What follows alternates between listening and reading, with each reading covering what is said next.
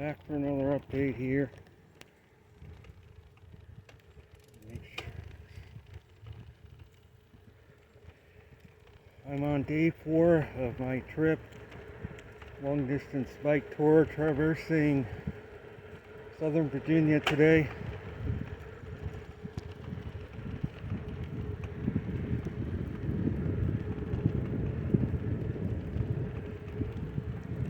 I left Ocracoke Island, North Carolina last Thursday.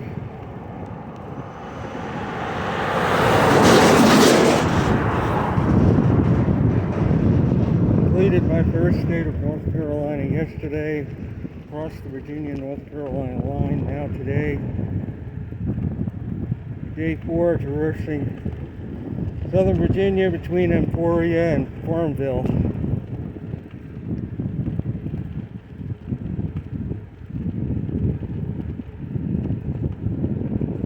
What an adventure it has been.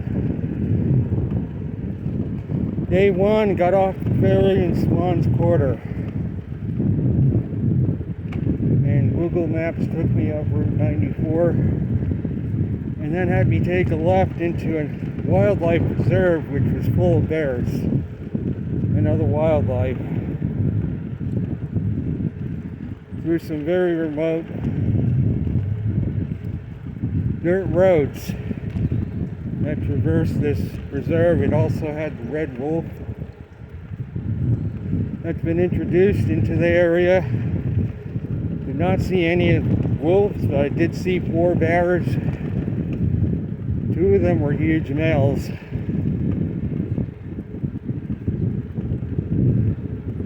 And then my phone went dead, so I had no way to navigate. So I used the cell tower in the distance to navigate my way out of that preserve and out the pavement again. And then camped at Pettigrew State Park. Day 2, left Pettigrew State Park and made it to the next state park up near the North Carolina-Virginia line. Taking me up northward through eastern North Carolina. Day 3, yesterday, took me across the state line into Virginia and to Emporia, following some remote country roads through Southern Virginia, through a couple towns, Franklin and Portland. Unfortunately, I couldn't get much video because my phone, having the navigation constantly on, was too dead to really record anything with, so I'm doing things a little differently today.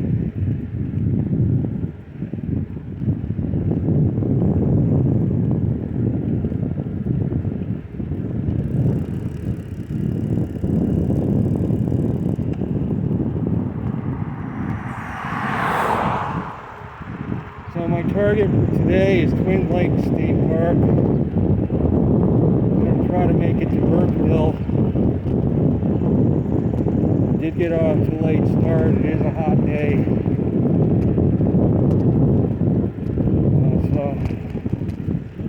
And yesterday, it took me on the Tobacco Heritage Trail for 18 miles, but the trail is not developed yet in that area.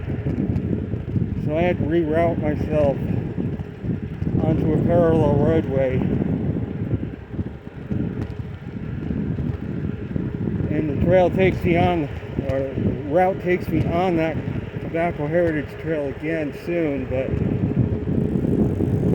not sure if this section has been developed either. If it hasn't, there is a roadway that will take me parallel to the trail.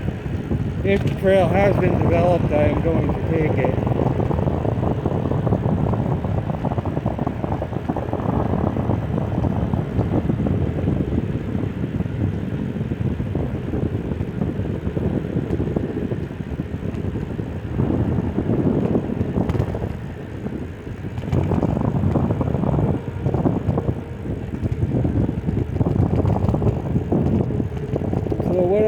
talk about here is a recap on Hurricane Beryl.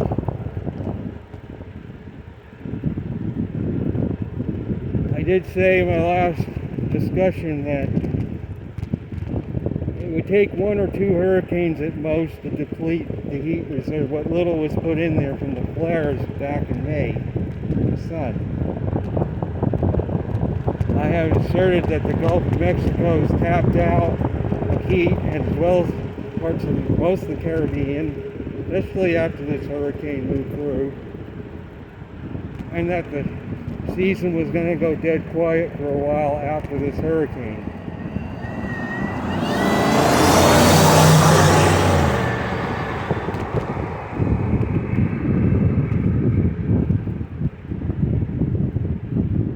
Because they got lucky with the Beryl. They got the motor going. There was just enough warm water to the east of the Windward Islands in the Atlantic to get the motor going and get it going full throttle. There was just enough heat there. And in my last video, I talked about how that heat was likely taken out by this latest, by Beryl, and that there wasn't going to be enough heat left to sustain any more storms after this.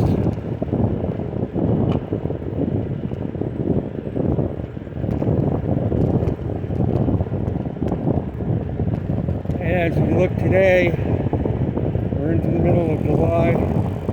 There is nothing going on in the tropics.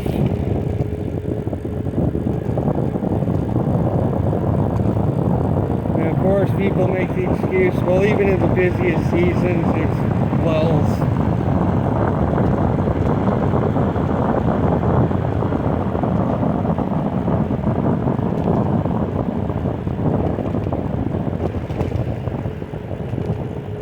And of course, all the talk of this hot summer, and it's the hottest summer on record, and on and on and on. When it really doesn't hold a candle to the summers of the 30s and 50s, early 50s.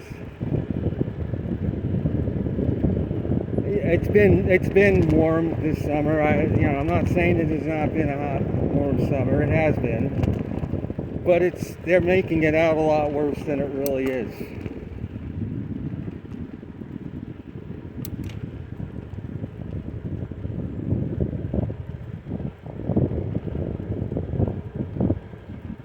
And I mean, yeah, it's going to be hot here for a couple more days, and then starting Wednesday, there's going to be a big cool down to below average temperatures for the rest of the week.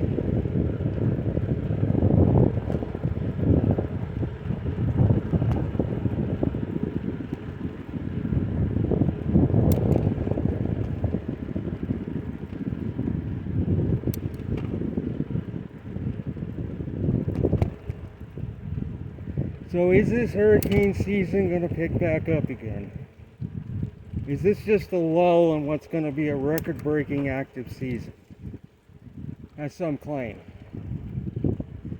I claim that the heat reserves, whatever little was there, was used up by Beryl, and that the rest of the season we're going to be hard-pressed to get another hurricane. Because the Gulf is tapped out. I mean, you seen what happened to Beryl after it passed Jamaica. It was on life support from there on, because the heat reserves in the Caribbean, that part of the Caribbean and the Gulf, are gone. There's not enough heat there to sustain a Cat 5 storm.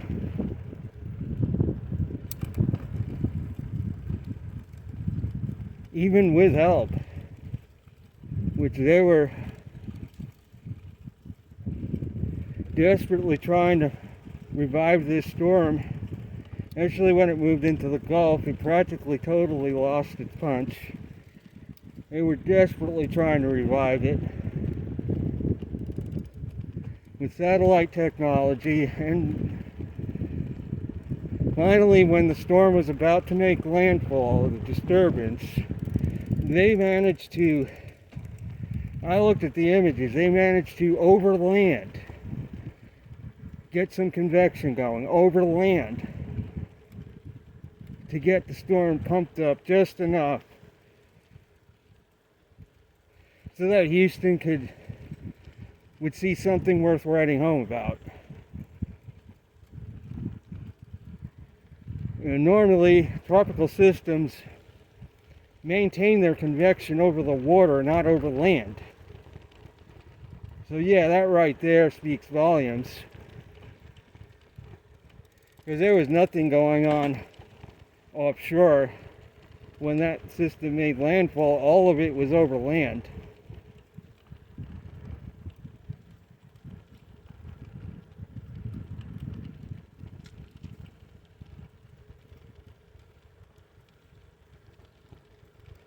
So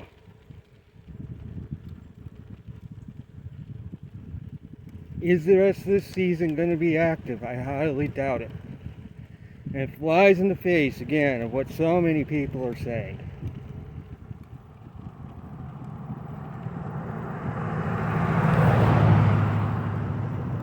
Yeah, we had one strong hurricane, which was formed artificially.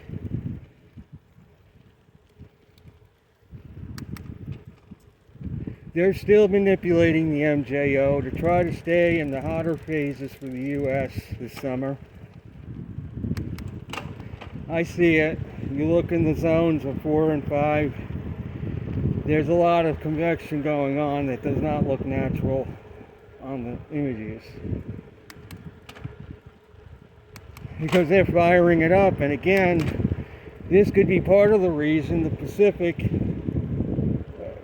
like we're not seeing any typhoons there anymore, because they're taking all the heat out of this water to try to manipulate the MJO. It's removing enormous amounts of heat through the convection that's being generated by their technology or enhanced. It's taking a lot of extra heat out of that water, so much so that there's no heat left to form typhoons with now. Used to be you get one typhoon after another over the Pacific every season. And now we're hard pressed to see any. It's probably because they're taking the heat out of the water in that area north of Australia and Indonesia, because that's where a lot of the warm water that flows up into the eastern Pacific originates. There's a current there similar to the Gulf Stream off the East Asia, and if they're constantly taking heat out of the water downstream from that current, you're not going to have enough warm water in the western Pacific to form any more storms. Because you need an excess of warmth for these storms to develop. If it's not there, you're not going to get them.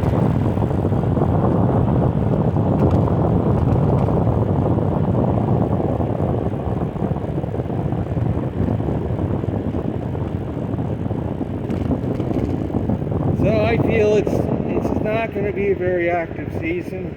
I mean, maybe in August and September, maybe there'll be a couple more. Depends on what the sun does from here on out.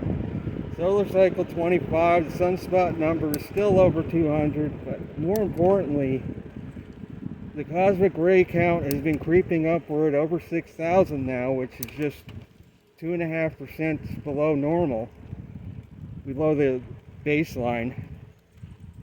And with 200 sunspots, we should be seeing a much lower figure. And that's what leads you to believe they're artificially inflating the sunspot number to make it appear the cycle is stronger than it really is. Because they're trying to derail the grand solar minimum people. And, oh yeah, there's 200 sunspots, so we're not in grand solar minimum.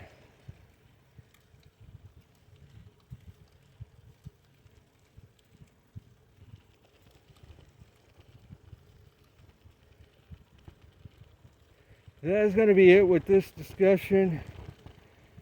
I'm not sure if I'm going to make it all the way the Twin Lakes today or not. I got off to a very late start. And it's a very hot day, and it's getting hillier as I go inland. So, I don't know. I may make it to within 20 miles, I hope. And then she'll come and get me, I guess. And I'll start where I left off tomorrow.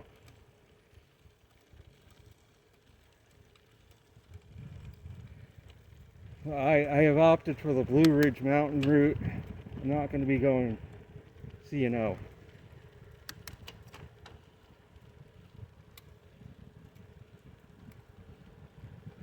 I should be crossing the Shenandoah or Blue Ridge probably within a couple days, maybe 2 to 3 days. And then I'll be crossing into West Virginia. Probably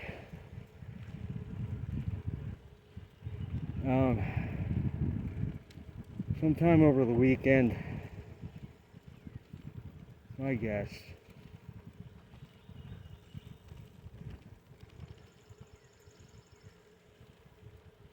There's going to be a lot of up and down hills in the next week or two. It's going to slow my progress down a bit.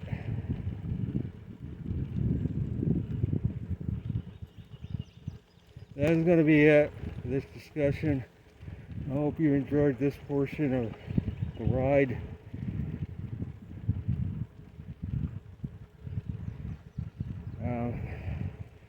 I have so far yet to be rained on. Day 1 and 2, there was rain threats.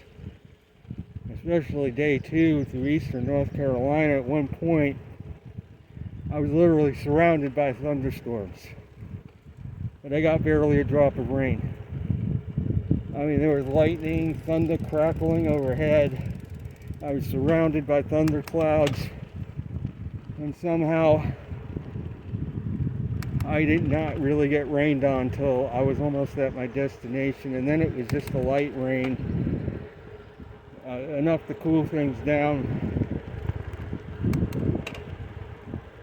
I did not get caught in any downpours or lightning storms that day.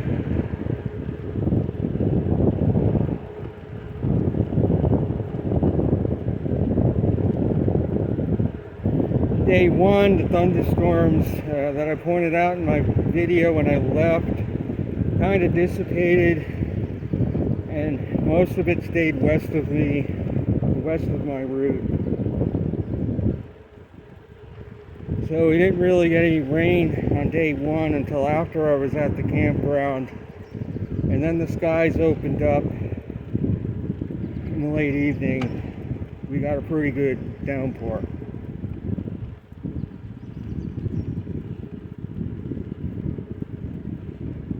So that is going to be it.